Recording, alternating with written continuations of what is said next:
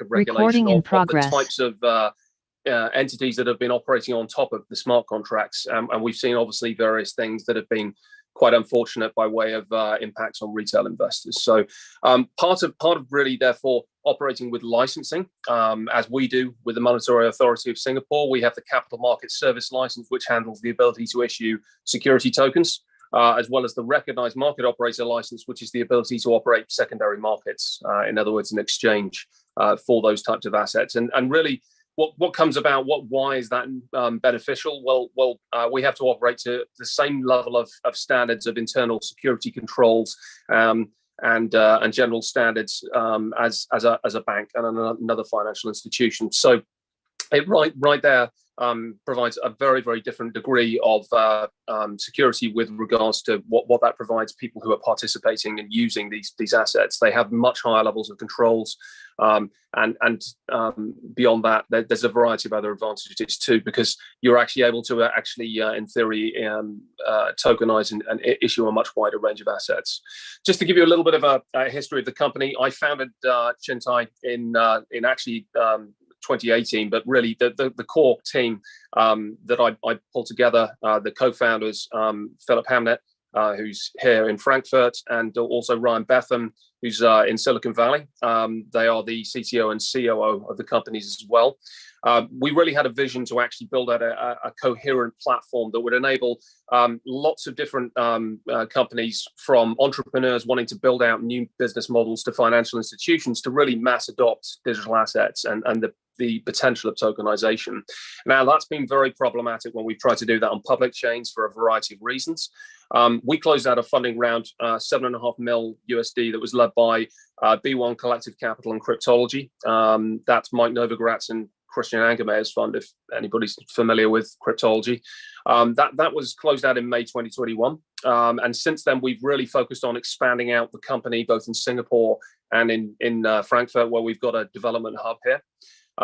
We attained the two licenses I mentioned then in late 2022. I've secured around about 8 to 9 really high quality clients on a variety of different aspects, and we can maybe touch on some of those a little bit later on. But generally, it's a very interesting time for us. We've just launched the network, and we're really getting some very exciting traction with the client base. So it's really very much a case of multiple years of work starting to transform now into some tangible results. To give you a general sense, though, of the kind of problems, for anybody not familiar with the global financial system, it's a very siloed, inefficient system that's quite exclusive in terms of what you're able to necessarily do within it, and indeed who can participate. So examples of that would be, if you wanted to issue a corporate bond, a company bond, as an alternative to having to give away equity in a company as a fundraising mechanism, you're not going to be able to do it unless you are a very large public listed company over a certain size and market cap. Because the level of costs that go hand in hand with something like that are just way out of the realm of handling smaller deal flow. Now, with tokenization, you dramatically change that cost base. That's because you're not using this outdated infrastructure, which is antiquated, very, very hard to use, multiple data sources, and so on and so forth. By going with digital assets, you've got that potential right there to actually be able to service much smaller types of bond issuances, much more dynamically as well, and in theory open that up to a wider investor base. So, I only draw that as one of many examples of where digital assets really have an opportunity to massively add efficiencies to how we transact value, how we raise, and also how we invest as well. It's that democratization of opportunity that personally excites me most about this area, actually. Although it's great to add efficiencies, great to, in theory, have a bank that can make higher margins and offer better pricing to its clients. To me, though, it's that opportunity that we can do some different things too with asset classes that really excites me. I think right now we'll actually play a short video and just give you a little bit of a sense of the product as well.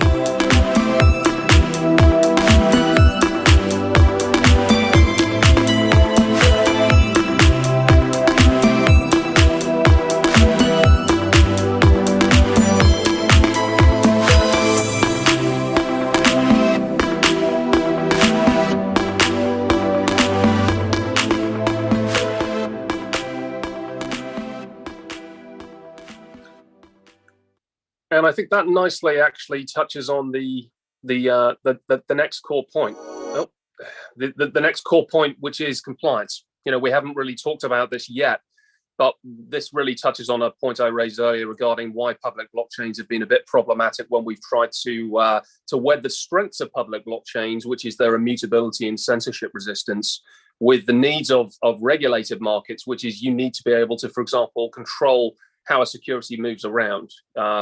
If you're going to issue a market, for example, and it needs to be domestic, German, Singapore, maybe it needs to exclude people from a particular country like the US.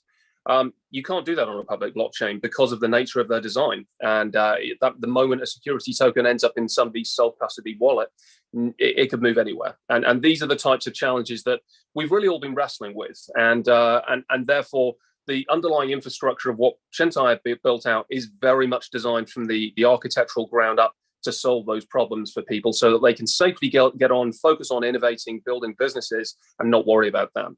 The different end-to-end aspect of what we provide, the issuance side, the secondary, the ability to trade, and cap table management, all go hand in hand with this.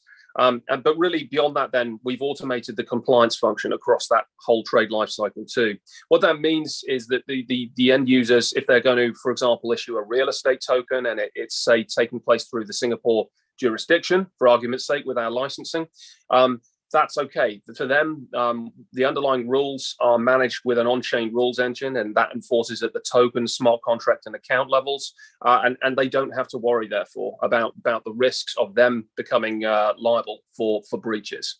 The same goes for a variety of other aspects. We've got the on-chain transaction monitoring side of things, with the ability to handle much more sophisticated reporting over time.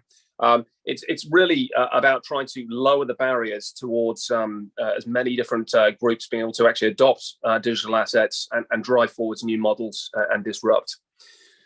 Just a little bit about the tech stack. Antelope is a layer one scaling solution that is highly performant, and we selected it about 3.5-4 years ago because of its configurability. So not only can you take a C++ smart contract based system that can handle somewhere in the region of 8,000 transactions per second and is highly energy efficient, what is really interesting about the ability of it is hierarchical account structuring. And what that means in plain English is the ability to take different kinds of account permissions and lock them in.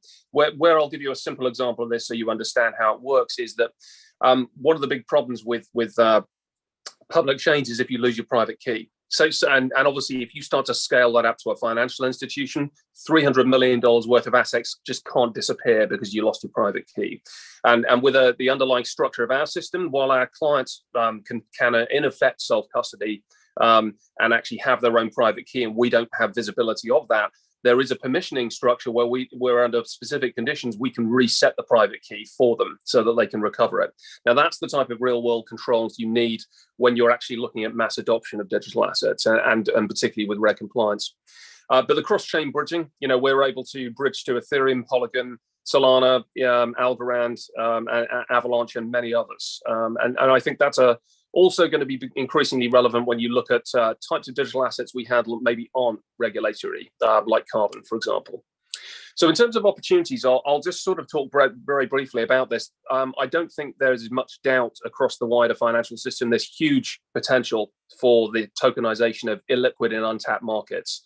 This graph, I think, quite nicely sort of illustrates just how big these markets are. We're not measuring them in the billions, we're measuring them in the trillions of dollars. And in terms of, where are we in the stage related to the tokenization adoption curve, we're certainly early, very, very early still. The potential of this is I think, proven, and it's now very much about starting to accelerate these out with some successful issuances this year and beyond. And then we will see a move towards mass adoption, I think, sometime in the next probably 18 months to 24 months from now. I'm not really going to dwell too much on this, but generally, as I touched on, the existing system has a ton of inefficiencies, whether it's repetition of data and having to reconcile it, the centralization of various things and operations, the compliance costs, and a variety of other things. So the potential there for financial institutions to massively benefit from adoption is very clear.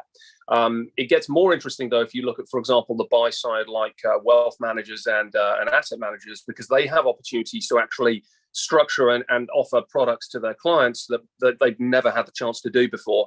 And that's also a very compelling one. We have a number of clients, for example, in Singapore that are looking to do precisely that, to actually build out digital asset arms of their business and really offer something innovative to their clients that give them a competitive edge. I think beyond that, the one thing I will touch on from our own personal perspective at Shintai is the exponential growth opportunity of operating as we do effectively a SaaS business. We are first and foremost a technology-led company more than anything else. We see ourselves and position ourselves as technology partners for our clients. We're well on track with the 9 clients we have to reaching our 13 issuances of year one. But really what you see from this is obviously the SaaS model is built on, yes, the initial cost base is relatively high due to compliance and things. But as we scale up with issuances, our cost base doesn't have to dramatically change with that. And that obviously is quite a compelling aspect of SaaS generally. I'm going to touch just very briefly on some of the clients that we have and are working with. DNZ are obviously about to speak on the panel, so I don't probably need to go into too much detail, but we'll be doing a number of exciting projects with them, including a brand carbon credit marketplace. We have actually a very large client that will be also issuing out a tokenized bond related to oil. And that's scheduled for later in the year. We'll use our Singapore licensing as well. I think these types of early use cases are really powerful for illustrating globally what not only that Singapore is a fantastic center for this and for regulated digital assets, but it's actually going to show as well that this technology is in a very usable state right now, and that actually companies can step up now and start to do this type of thing with confidence. We've got as well a multifamily office based in Asia too, that as I mentioned is launching a digital arm and is going to be utilizing that to structure, maybe tokenize a proportion of its own fund and offer that to the LPs so they can trade in and out dynamically, and a variety of other things that come from that too. GreenUMX is another client that is going to be doing a variety of raising for green tech. And again, we're a technology partner for them to enable the entire blockchain and tokenization side of that. And they're going to be operating through a VCC structure, which we actually have a representative as well who we'll be speaking with later on that one too. Just a little bit of a deep dive on some of these as I mentioned, DNZ, they're very much focused on the decarbonisation aspects of this. And this is definitely something we've noticed across the board, a huge one with regards to being able to actually validate carbon credits reliably, trade them, and in theory offset as well. If you look at what we're able to do for them, when a client is logging into a DNZ branded portal, in theory, you're being issued with a blockchain account. The underlying issuance mechanics, burn, and distribution can all be handled through the platform. And for them, it's a case of great. Now we can focus on building the business and revenue and areas of our expertise rather than having to worry about very technical, very complex technology and the associated sides of that. Same goes really, I think, for GreenUMX too. They can focus therefore on their areas of expertise and the raising. And the investment side of what they're doing. They're not having to therefore worry about building out this same functionality over and over again in a variety of different use cases. And I think just to finish off, we have a pre-Series A round that opened about 2 weeks ago. It is actually priced at a 42 mil pre-money valuation. We're targeting $8 million USD. And we have 3 million of commitments so far. So generally, just to put it out there in terms of the audience, if anybody would like to perhaps discuss, find out more information on us, I'll be very happy to schedule a call and a follow-up. But generally, we are just bringing in some additional capital such that we're able to expand our jurisdictional reach and support larger deal flow. So it's quite an interesting time there. This, I think, just gives, by way of finishing off, just a little bit of a general sense of that. We have a number of other jurisdictions that will be seeking licensing in, eventually even the US, although given the current state of things, I would say that one's the last on the list of jurisdictions there. So thank you. And I think with that, I'll just hand back over. Thank you very much, Darren. That was sorry. David. Yeah, thank you very much for that. I just want to say that if you are joining us from the CRIISP platform, please make sure to connect with David, who has joined us today via either the networking zone on the CRIISP platform or go straight into the exhibitors tab. And if you're joining us from YouTube, please find the link in the description to join us for free and have the possibility to network with thousands of attendees and to connect with founders making a difference. So to jump straight into our next session, I'm very excited to welcome you to our Sustainable Investment with Digital Assets and Tokenization panel this morning. We are joined by three brilliant people in the space, Darren Chu, CIO of Chancery Hill Ventures, Leong Wai Kyong, COO of DNZ Venture Global, and as you've probably just seen, David Packham, founder and CEO of Chintai. So welcome, everyone. Thank you. Thanks for having us, Hugo. No problem. Good morning. Would you want to introduce yourselves? Maybe Darren, if you don't mind going first. Sure, yeah. I'm the CIO of Chancery Hill Ventures. We've set up a VCC here in Singapore to basically facilitate investments into a number of agri-tech ESG opportunities, which we've begun allocating. Starting off with an opportunity in Australia. So we have a regional focus of Australasia, primarily looking at projects where we're providing social benefits to farmers, to agricultural groups that are looking to reduce their carbon footprint, as well as producing products along the way that can make use of what normally would be deemed waste material. So that's kind of our focus within our first fund. And I guess aside from wearing that hat, I have another hat, which is basically running what's called Tradable Patterns, a startup of mine, which I've had now for almost 9 years. That's really geared more towards traders. That's a content production company where I produce technical analysis for futures, FX, and crypto traders. Thank you. Maybe Wai Kyong can go next. Yes, good morning or good afternoon, wherever you are. Basically, DNZ, we are in a business to do decarbonization because primarily in Southeast Asia, because this whole region is going towards carbon neutrality. And with this decarbonization comes with all the associated costs. And that's where we come in to decarbonize and to raise funds by tokenization. And from the decarbonization, we can get a couple of revenue streams. One is the decrease of energy use. One is the carbon offset. You can do a carbon offset by reducing the carbon tax. And third possibility for some projects to generate carbon credits. And all these revenue streams will tokenize it through Chintai and in a platform so that all this it can fractionize it again so that it can reach a wider audience in the market and more investors can participate in the decarbonization effort. So then this will encourage more participants and encourage more people to decarbonize. This is basically our business concept. Thank you, Wai Kyong.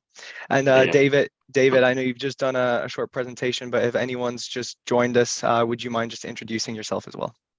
Yep, sure. David Packham. So I'm a co-founder and CEO of Chintai, which, as I mentioned in the presentation, very much about regulated digital asset solutions for our partners as a SaaS tech company.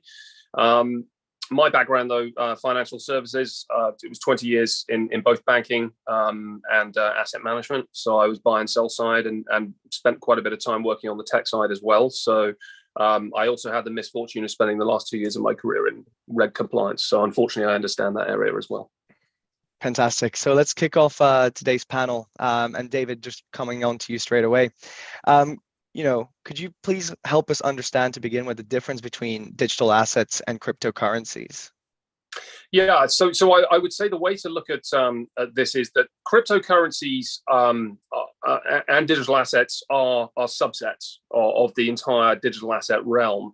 So really what I would say is both crypto and regulated digital assets are digital assets, but crypto are completely unregulated. And what that means is that therefore they're operating on public blockchains with absolutely no controls realistically over how they operate. And what unfortunately that exposes everybody to is a huge number of potential opportunities with regards to what can be they can potentially participate in, and unfortunately with zero controls, and that leads to various things like scams, mis-selling, misrepresentation, theft, and a variety of other problems that we've seen unfold.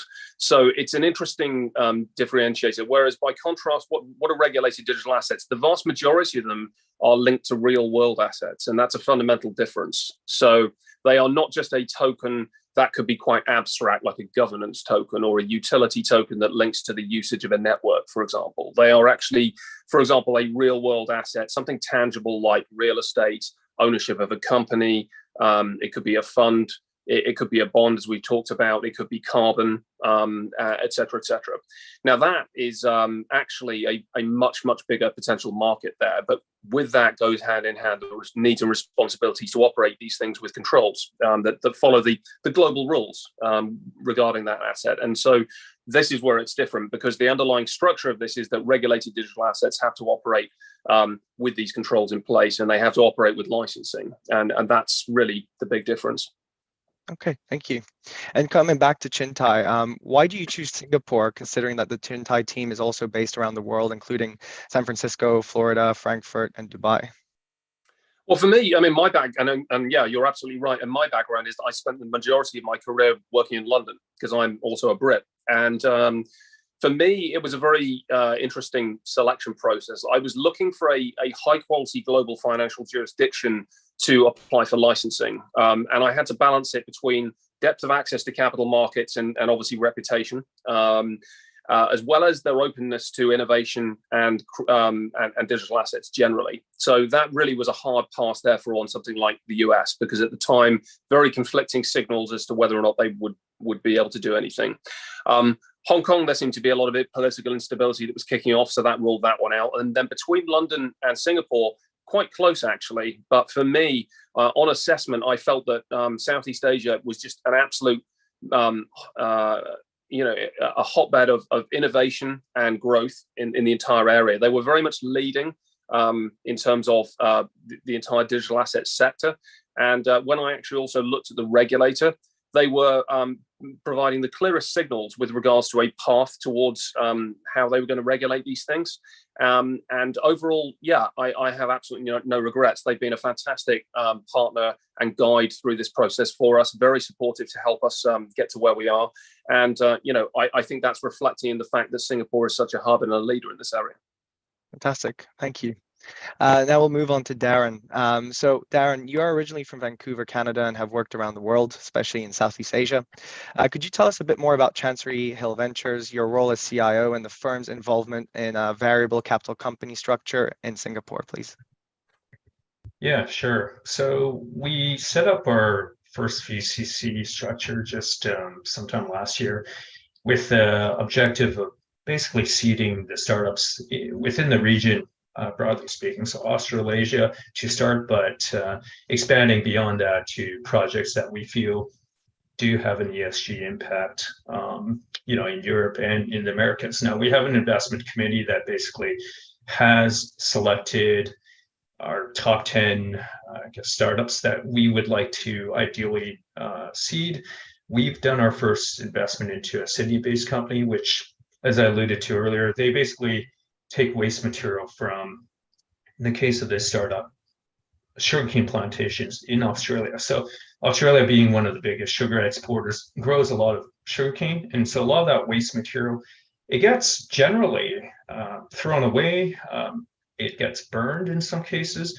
And oftentimes it just doesn't get reused, but there's a lot of value to that waste material that some of the farmers, including indigenous farmers, over the decades and even centuries, depending on the vegetative material, have discovered. And so in the case of sugarcane, if you extract whatever sugar you can from it, whatever value that most people would deem exists within the sugarcane, namely from the juice and from the sugar within the juice, you can actually, with the remaining fibrous waste material, you can convert that into ethanol. So one of the startups based in Sydney, which we recently invested into, has actually pioneered they've refined the process of converting the waste material from sugarcane specifically into ethanol, and of course that gets mixed into conventional fuels like jet fuel, and so they specifically go after what's called the SAF, or Sustainable Aviation Fuel sector, where in Australia you can imagine there probably were subsidies at one point. Now a lot of that's been weaned off, but a lot of these startups are now sustainable with their operations. So they've managed to, in the case of this startup that we invested into, it's actually gotten investment from Qantas recently after we invested into it, and so we're quite happy with that. We're really pleased that we're actually making an impact on not only the carbon footprint of the airlines that purchase this mix of jet fuel, conventional jet fuel that is, with the biodiesel, but we're also impacting the farmers, the actual sugarcane growers. We're giving them an additional income stream through the sale of their waste material. We're taking it off their hands. So that also helps reduce whatever environmental pollution, littering that might occur, where in some regions of the world, you get a lot of this sugarcane just tossed into the rivers, into the ocean, and sometimes it gets buried into the soil, but it just doesn't decompose as readily, as quickly as you might expect. It's a pretty tough material. So we're trying to reduce the environmental impact on a few levels.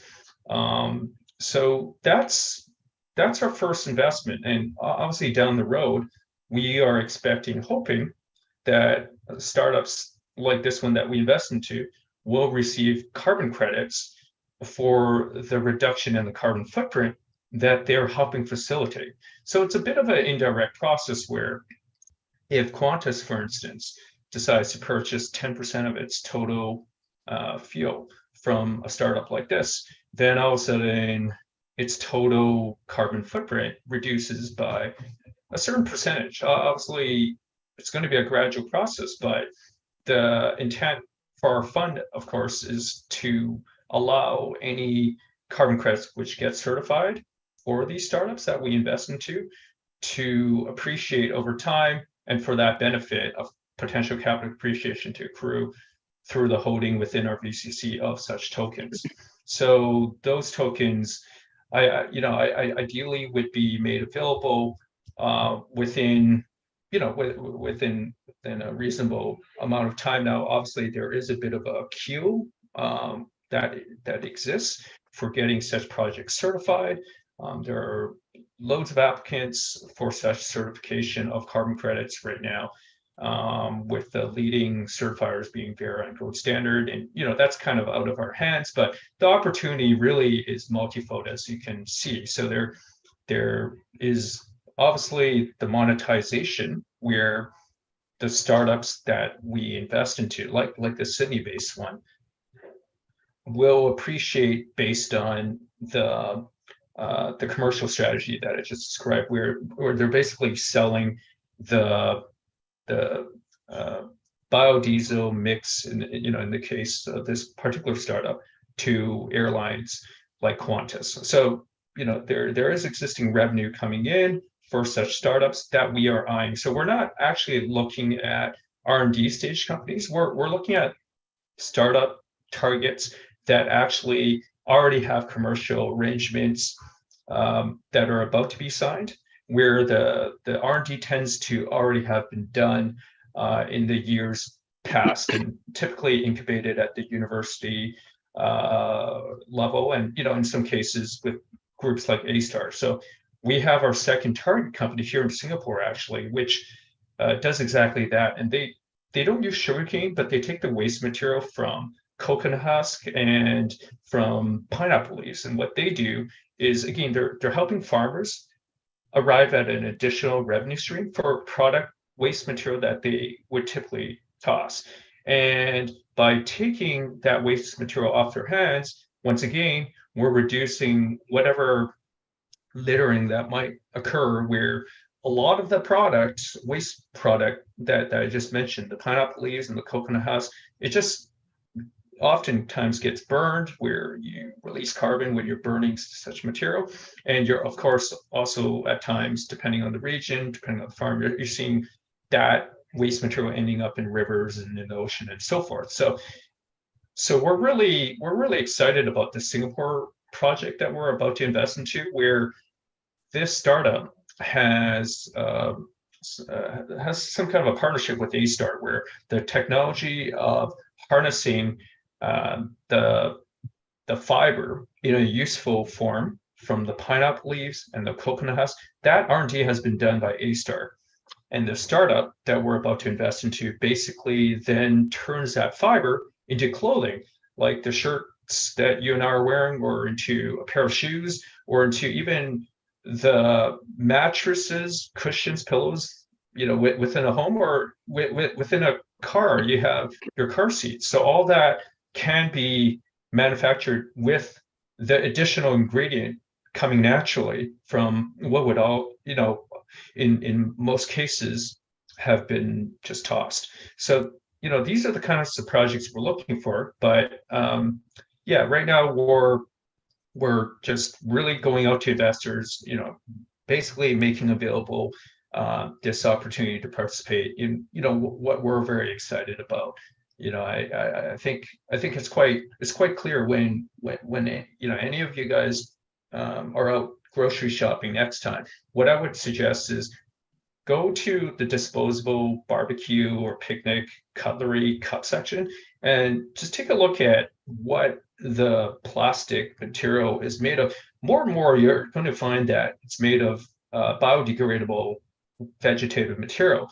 Oftentimes here in Singapore, you can find corn-based cups, for instance, but pretty soon you're going to see pineapple leaf or coconut husk created bioplastics, which I personally would very much purchase, even if it was a little more expensive, because given the biodegradable nature of those cups, and also where the source material is coming from, you can feel better about such purchases. Brilliant. Thank you for that extensive insight into what you guys do. Wai Kyung, now moving on to you. You have extensive experience in China, Vietnam, Southeast Asia, and different management positions. Could you please share with us the conception of DNZ and your collaboration with Chintai, please? Okay. I'm trained as an engineer, and for the last 20 years or so, I've been going around the region, project managing mainly industrial projects to the high energy users. And all these high energy users, they want to decarbonize because they are basically manufacturers too. They need to export to the European market, the US, to whatever they need to export, and they need to reduce the carbon footprint. But they just don't know how to reduce the carbon footprint. So that's where we come in to help them to reduce the carbon footprint by decarbonization their energy users. But then again, to decarbonize, you need funds. It's not cheap. Sometimes it's not cheap to decarbonize. So that's where we come in, look at it, individual projects, and see which are the projects that actually we can actually really decarbonize. And from there, we raise funds to help them decarbonize. And out of decarbonization, what we can get is the carbon credit. Like what Darren has mentioned, the startups essentially in Sydney has generated some carbon credit. This is basically what we are doing too, not from recycled materials, but decarbonization of industries. And with that, we will get the backlog now is to get the project registered with the carbon registries, like what Darren mentioned. Vera and Gold Standard, they are a whole huge backlog to get their review done and to get it approved. But once this is done, we can basically proceed with the projects, raise funds, and from there we will get the carbon credits, and we can reduce the energy users, and this is where our revenue streams is. So we are pretty exciting in Southeast Asia because Southeast Asia is the manufacturing hub, and especially Vietnam. In fact, I just got back from Vietnam 2 hours ago, and now in Singapore, and talking to industries and how they can decarbonize. So both Darren and I, we are in the same kind of probably the industry and to help the world to be green. But our method is to decarbonize using by engineering and not by more and recycled materials. So that's basically where we are. Okay, thank you very much. David, going back to you, could you please help the audience to understand the importance of regulated digital assets and how this will support businesses like DNZ? Well, actually, it's an interesting one because their use case is a little bit unusual because carbon currently sits as something of a grey area in terms of how it's viewed by regulators. Most of the time, they're actually viewed as a utility token. As in but certain other jurisdictions are already giving hints that this is actually a commodity and therefore will need to be, managed with regulations. Generally, the way we're talking to our partners about this is obviously if you're not having to incur the costs of going through the full reg compliance, great. We can facilitate that with Chintai Nexus, which is our more kind of DeFi facing side of the platform. But the moment of obviously, in theory, a regulator turns around and says, actually, we've now assessed this massively growing carbon market globally and have decided we are going to regulate this thing like a commodity. Anybody who's operating, anything like that on a public chain is going to have to migrate and face major problems with regards to how they then move to compliance. For our clients, that's not the case. They simply therefore switch on the on-chain rules engine and potentially migrate, obviously, the jurisdictional coverage. And it's a fairly seamless transition for them. So, it's an interesting one with regards to this. There is a blurring of the boundaries. But generally, regulated digital assets are exactly as the name implies. They have a degree of regulation that goes hand in hand with them. And it goes back to what I was saying earlier, that it really is all about the fact that they're real world asset linked. And therefore, they're conveying something a lot more substantive than hopium as their underlying business case. A lot of what we have typically seen in crypto is this is my new layer one scaling token for a network. It's going to be the next big thing. It's going to be the next Ethereum. Buy it, and it's going to skyrocket. Whereas, as you're seeing, we're talking to very professional, high quality people running businesses with decades of experience. They got focus on things like trends like ESG and the moves towards decarbonisation, and they're rightly looking to therefore build out their businesses and leverage the latest technology to add efficiencies. And that's really, as I've mentioned prior, what we're in the business here of facilitating and enabling them as partners to do. So I think it's really compelling for me because it's very hard for anybody who's even cynical of tokenization when you actually run through these types of real world use cases to not say, okay, there's a solid business case underlying this. The revenues are real, et cetera, et cetera. And that's where we're going through an education phase with a much wider range of clients globally, whether they're asset managers and banks or others in financial institutions, to help them understand that difference. Thank you very much. And now probably on the other side of the support, Wai Kyong, for your business, how can a regulated digital assets platform like Chintai help to create a competitive advantage for your business?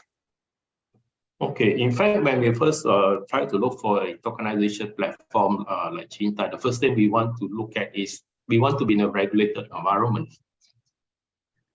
Yeah, that's where Chintai came up top of the list. Because of the regulations, we want to be really under MAS regulation so that everything is clear and there is the authority is looking at us, making sure everything is done properly, and this gives a lot of confidence to the investors.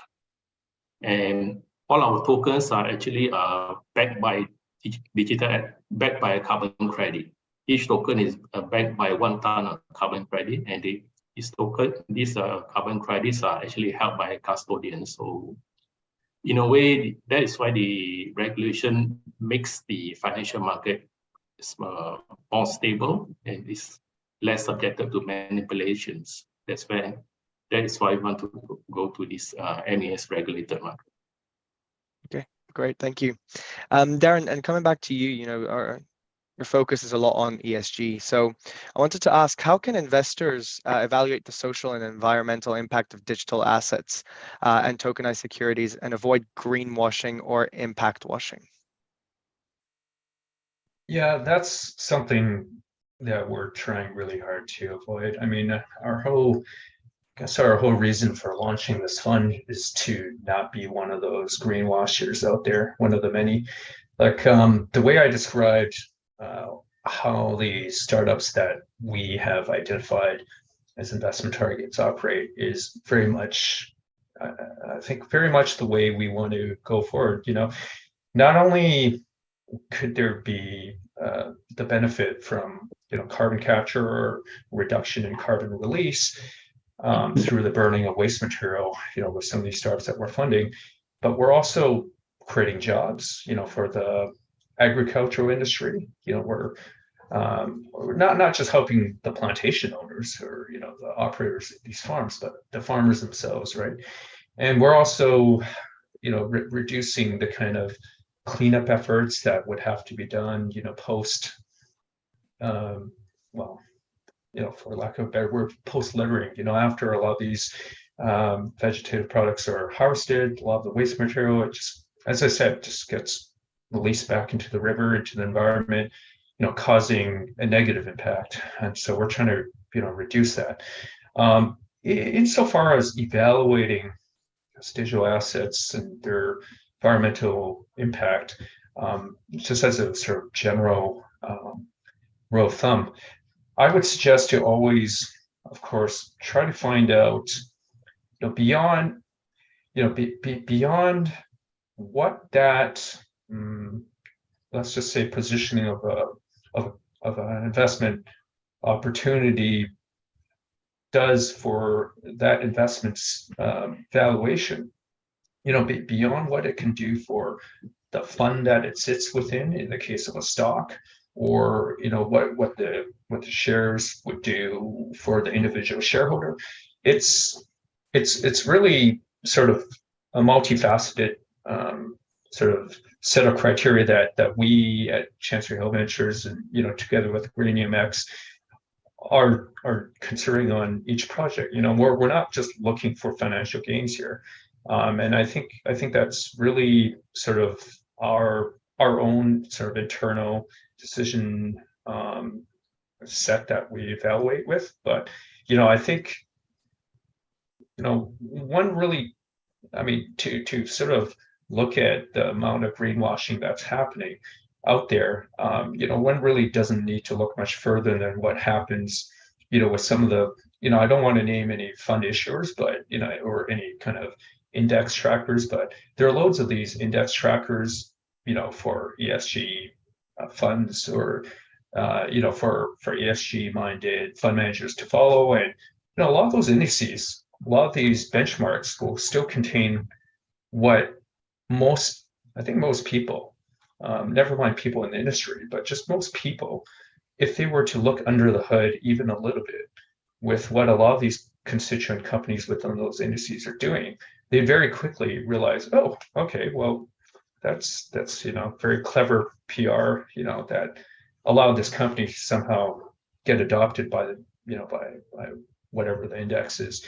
And so, you know, we're obviously within Chancery Hill Ventures and, you know, Green EMX, we're basically looking at private companies, though, right? Where we're not looking at listed equity type investments. And so I guess that question isn't, you know, the question of whether, you know, we would need to sort of decide whether an investment opportunity, you know, meets the criteria that I just described.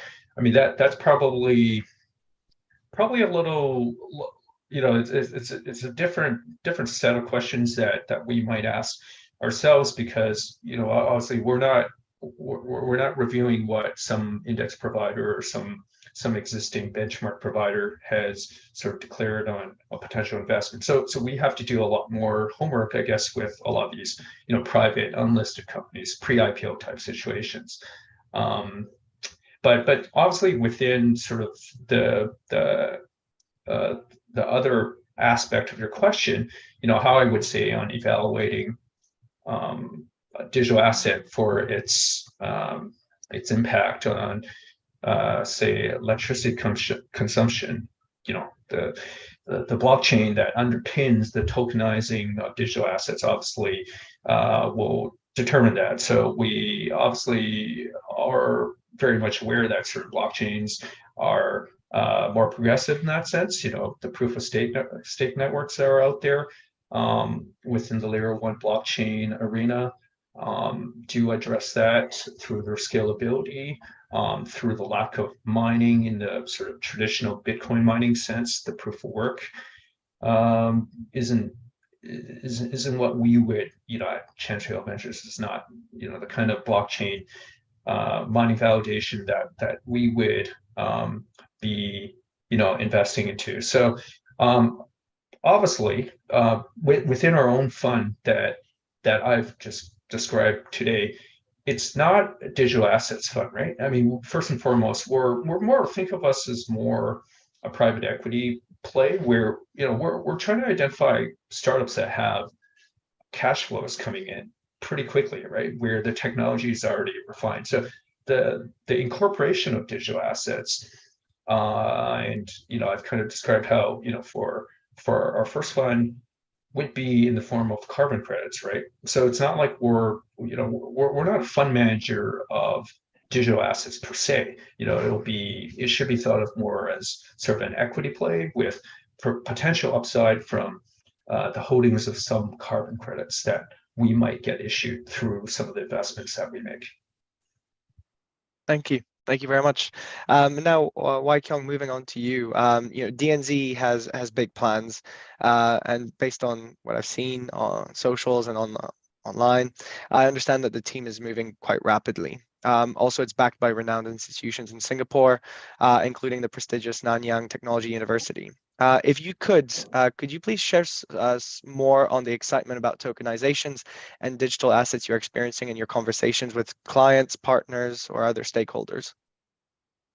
Okay, just let me clarify a bit. DNC, we do not have a direct link with NTU, the Nanyang Technological University. What we have is through our partner, Emergence Venture Global.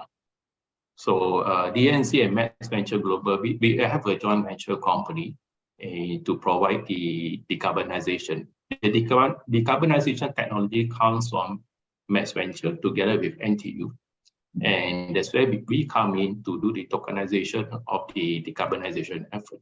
So that is our indirect link, but not the direct link to the NTU. And we've been talking to a lot of industrialists. In fact, 3 weeks ago, we were in Thailand talking to the Federation of Thai Industries. And within the Federation of Thai Industry, they have 15,000 members. And they are very interested to listen to what we can do to help them accelerate and help them to decarbonize. And then coming together with the tokenization, this whole, we believe very strongly, this whole scheme can that's where we can have a lot more traction for a lot of industry to go decarbonization. And from there, we can generate carbon credits, tokenize it, and invite more participants to actually invest in the projects. So yes, they are very excited on the tokenization because the entry point for tokenization is lower than the traditional financing. Okay, thank you. And David, coming back to you, based on what Wai Kyung and Darren have shared, can you share perhaps some examples of businesses leveraging blockchain technology to disrupt the financial industries, and how can investors tap into these opportunities? Well, yeah, I mean, this is an interesting one because one of the things that goes hand in hand with regulated digital assets in most jurisdictions right now is restrictions on who can participate. So that's one of the unfortunate side effects of regulation, and particularly a process that's going hand in hand with regulators globally, which is getting them comfortable that these things are operating with sufficient control that they're then happy opening it up to retail level.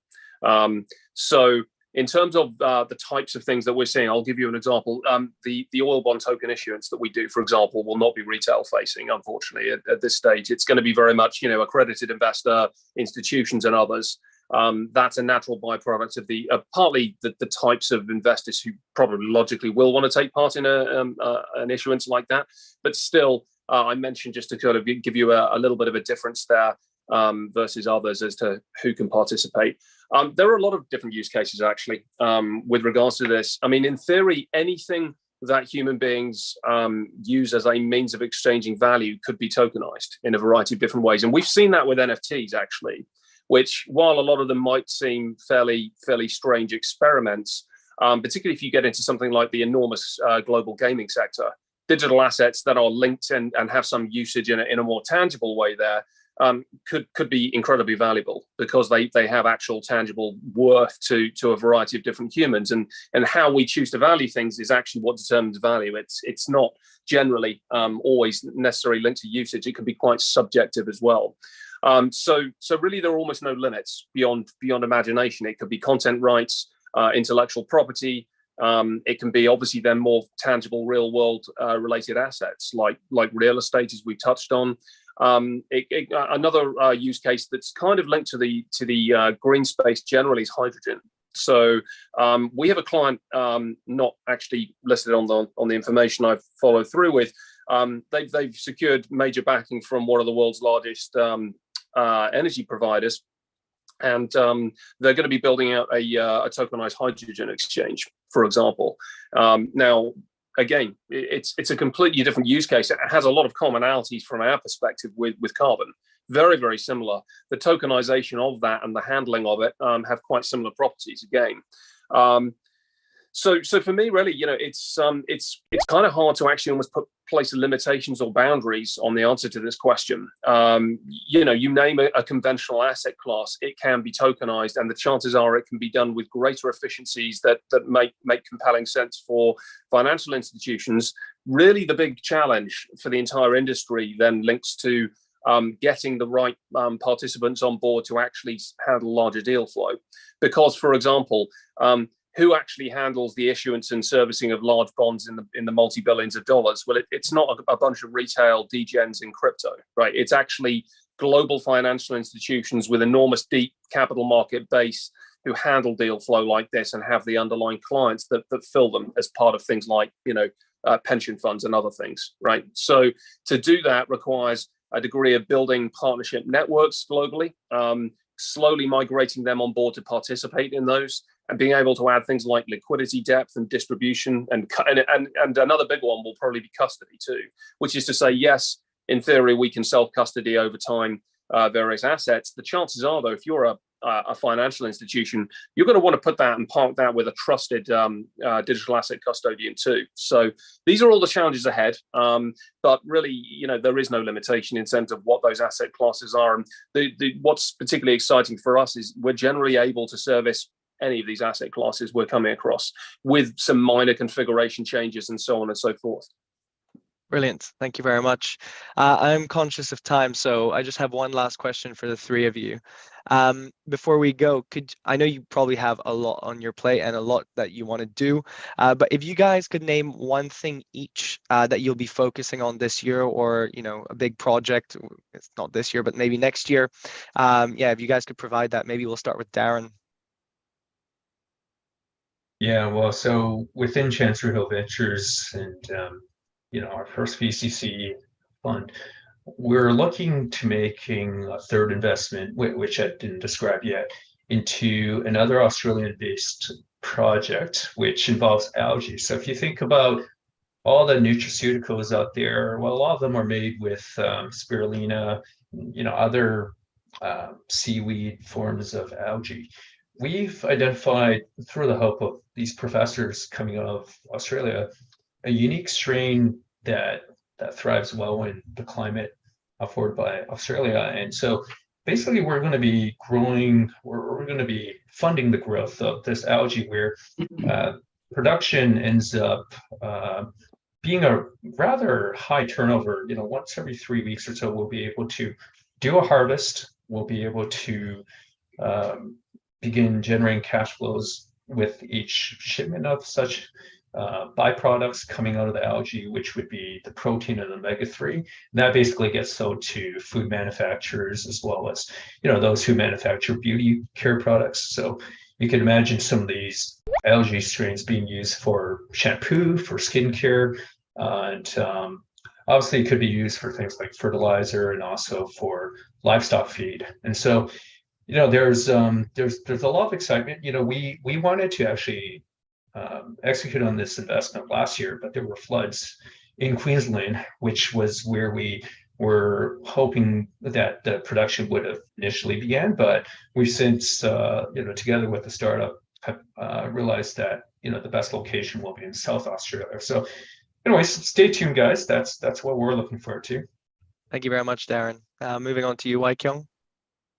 Well, within this year, we want to build up a team, make it stronger, and to also spend a bit more time in Thailand, because Thailand is a very exciting place for decarbonization. In fact, the Thai government will be announcing the carbon tax sometime second quarter of this year. So that's where we think there are a lot of tractions to decarbonize, and hopefully we'll get more business.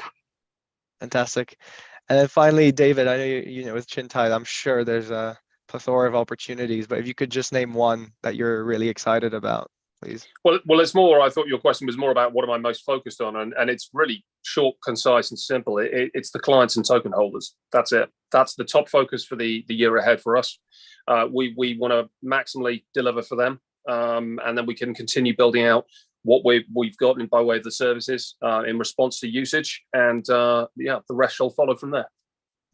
Fantastic. If only this panel could be 2 hours long. We have a lot of other questions, but I'd like to thank the three of you for joining us today. Thank you for joining us from Singapore, David from Frankfurt. And yeah, again, if anyone's watching on YouTube and wants to network with any three of them, just click in the link in the bio. And if you are already on CRIISP, I'm sure you'll be able to find them in the networking zone and Chintai under the exhibitor zone. So thank you very much for joining, guys.